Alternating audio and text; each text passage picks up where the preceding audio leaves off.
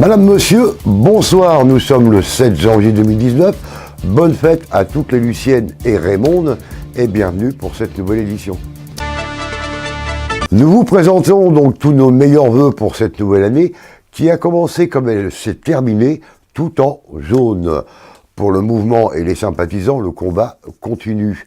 De nouvelles actions symboliques ont eu lieu ce week-end dans notre région.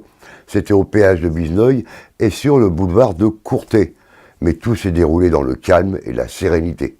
Donc on a décidé, en accord avec la gendarmerie et la PRR, de laisser une barrière ouverte dans un sens, l'autre dans l'autre. Donc dans le sens sorti, comme hier, péage gratuit. Et puis là les camions, on a bloqué les camions, on bloque un quart d'heure, on laisse passer 4 ou 5 camions, on rebloque et puis voilà quoi. Et ça va perdurer encore et encore. Ah oui.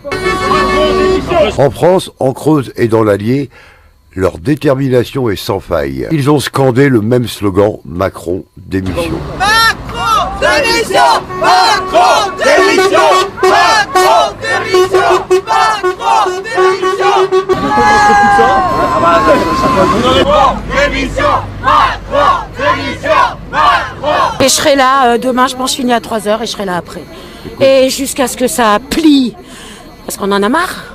Hein, on peut pas continuer comme ça, on compte tous les jours on compte. Mon fils il est là, il cherche du boulot, il a pas de boulot. C'est pas possible, c'est juste pas possible, on fait que survivre. On fait que ça. Des kilomètres de camions attendaient leur tour pour passer le péage, dans une compréhension totale. Ça fait des années que ça dure. Ouais, mais ça fait des années que moi je suis dans la révolution. Tu sais très bien qu'on est venu en bateau.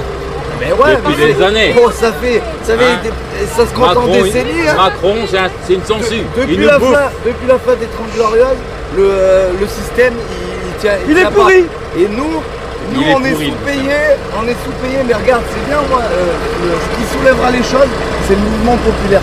C'est comme ça, il faut les mettre à droite. C'est bon. Parce qu'en fait, ils vont s'en prendre les. Donc on a eu des avancées avec des adjoints, un adjoint, qui nous a donné la façon d'aller voir notre député fantôme de l'Allier. Il fallait attendre un petit peu, savoir la réponse, savoir si on a l'air bloqué ou pas. On attend voir ce que ça donne. Mais je pense que ça va être sans réponse. On lâche rien toujours. On lâche rien toujours. On ira jusqu'au bout quoi. Même avec la neige, même il pleuve, même il fait 40 degrés, on sera là quoi qu'il arrive. Ce lundi, c'est un triste anniversaire.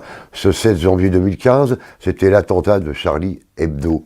Vers 11h30, les frères Chérif et Saïd Kouachi exécutaient 11 personnes dans les locaux parisiens de Charlie Hebdo. Donc parmi les victimes, des figures emblématiques comme Cabu, Wolinski, Honoré, Tinius, Charb ou l'économiste Bernard Maris. C'était des nouveaux immeubles qu'on ne connaissait pas. On ne savait pas qu'il y avait Charlie Hebdo dans cet immeuble. On était allé faire du repérage parce que c'est notre métier pour tout ce qui est partie technique. On s'occupe du chauffage, de l'électricité. Et on était allé repérer les lieux pour faire notre travail, tout simplement. On a eu le temps de lever la porte, de lever les yeux et c'est tout. Il y a une porte qui s'est ouverte. Il y a un mec qui a crié Charlie et il a tiré. Et j'ai pas vu tout de suite que Fredo était touché. C'est dès qu'ils ont disparu de mon champ de vision que Fredo a crié Jérémy et je me suis tourné. Et là, voilà, tout a basculé. Dès que j'ai vu les pompiers autour de lui, pour moi, c'était un petit peu comme des anges gardiens qui arrivaient. J'étais persuadé qu'ils sauveraient. Je me suis dit, ça y est, ils sont là. Mais malheureusement, j'ai même vu dans leurs yeux que les pauvres, personne n'est préparé à ça. Personne n'était prêt à ça. J'ai vu la police qui est touchée. Moi qui ai grandi en banlieue, la police, on ne l'a jamais vraiment tenue dans leur cœur. Et je tiens à dire merci à toutes ces personnes parce que j'ai vu de l'humanité. Malheureusement, c'est dans des moments comme ça qu'on se rend compte de certaines choses, mais j'ai vu de l'humanité et je tire mon chapeau aussi à tous ces sauveteurs, qui étaient dépassés par les événements aussi, parce que qui aurait pu prévoir ça? On s'attend jamais à ça. On s'attend dans nos métiers à se prendre un coup, à être électrocuté, à être brûlé par un problème de chauffage, mais on ne s'attend pas à se prendre une balle de Kalachnikov ou d'autres, à se prendre une balle, quoi. Nous, ce qu'on veut, c'est qu'on ne l'oublie pas. Pour ses enfants, la mémoire de ses enfants, qu'il y ait quelque chose de ça, qu'il ressorte quelque chose de ça. Si c'est pas ça, Ils vont entendre quoi? Leur oncle leur en parler? C'est tout? Il n'y aura personne d'autre? Il y aura Jérémy, ses collègues, parce que je sais qu'ils seront là. Et après, est-ce qu'ils vont nous croire? J'ai peur qu'il se passe autre chose, et puis ça, on va passer à autre chose. On va oublier. On oublie les choses dans notre pays et dans le monde. Parce que tant que ça ne nous atteint pas, ça reste de loin et on reste un peu dans le déni. Moi, je veux que, voilà, maintenant, tout ce qui se passe, il faut que ça reste devant. J'étais peut-être comme vous avant. C'est sûr. Je voyais les choses, je disais c'est dommage. Ça m'a atteint autrement aujourd'hui. On n'avait pas d'horaire. On était une famille. J'ai plus personne à appeler, moi. L'ancien étau à Désertine est devenu le restaurant de la Biachette. C'est ouvert à tous et durant tous les jours de la semaine. C'est un complexe de restauration, un self avec un tarif très abordable, une brasserie et un magasin du terroir. En décembre, c'était la foire au canard gras et il fallait se lever tôt afin de repartir avec le précieux sésame, le magret de canard et le foie gras.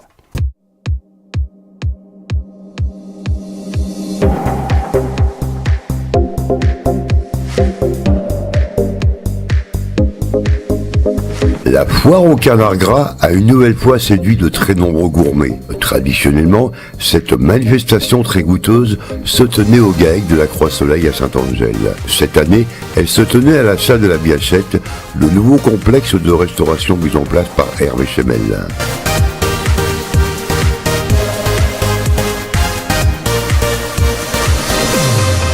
C'était de la folie, une proximité de Montluçon qui a attiré une foule très nombreuse en ces périodes de fête. À la foire au canard gras, tout va bien. Vous voyez qu'il y a beaucoup de monde ce matin et il se passe une ambiance formidable. J'ai ma petite peluche, elle est très douce, elle est très câline et on en profite pour voir tous les bons produits régionaux et bien sûr Sa Majesté le canard qui, n'oubliez pas, est gras. Orchestré par le GAEC de la Croix-Soleil, des démonstrations de cuisine avec Olivier Valade, le chef du château de Saint-Jean, a donné une valeur sûre à tous les producteurs présents. Il fallait se serrer les coudes afin de repartir avec son sésame. Foie gras, magret de canard, fromage, vin, c'était de la folie.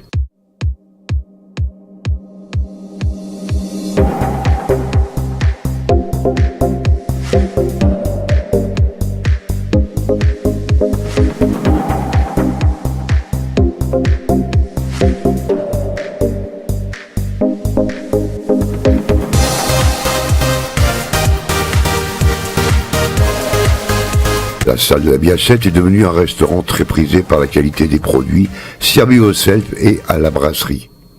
Un tarif très attractif ouvre les portes à de très nombreux prétendants chaque jour de la semaine. Hervé Chemel du GAEC de la Croix-Soleil est producteur de foie gras à Saint-Angèle.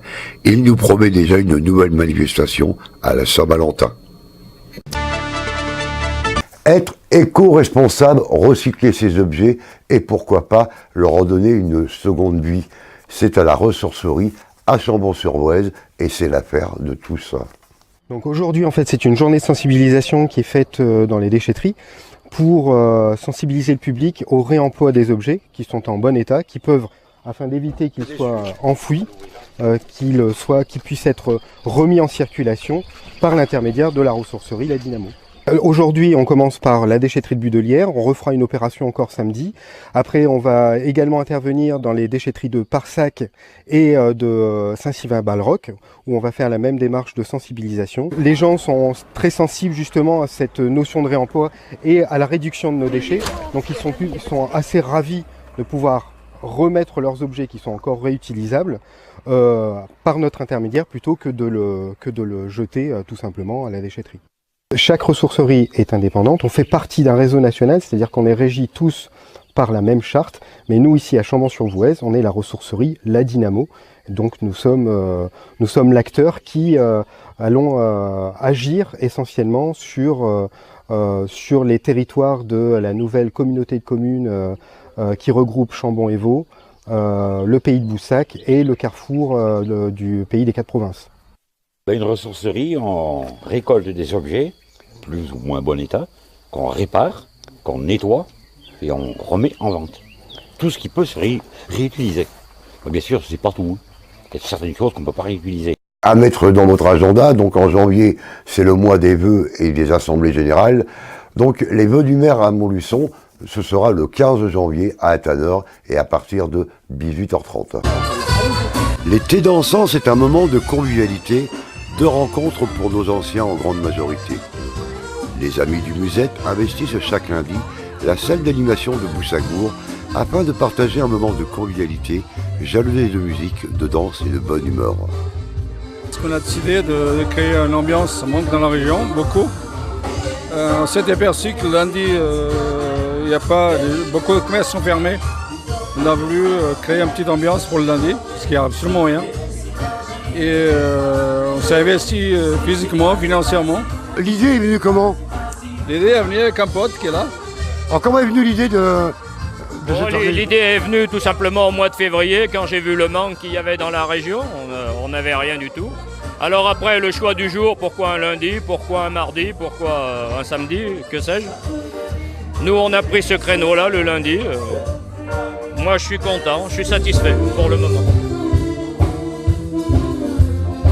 C'est une organisation bien rodée, avec des orchestres de qualité et une ambiance beau fixe, qui donne le sourire à une très belle affluence, visiblement heureux de partager ce thé dansant au son des valses, tango et java, distillés par les talentueux orchestres.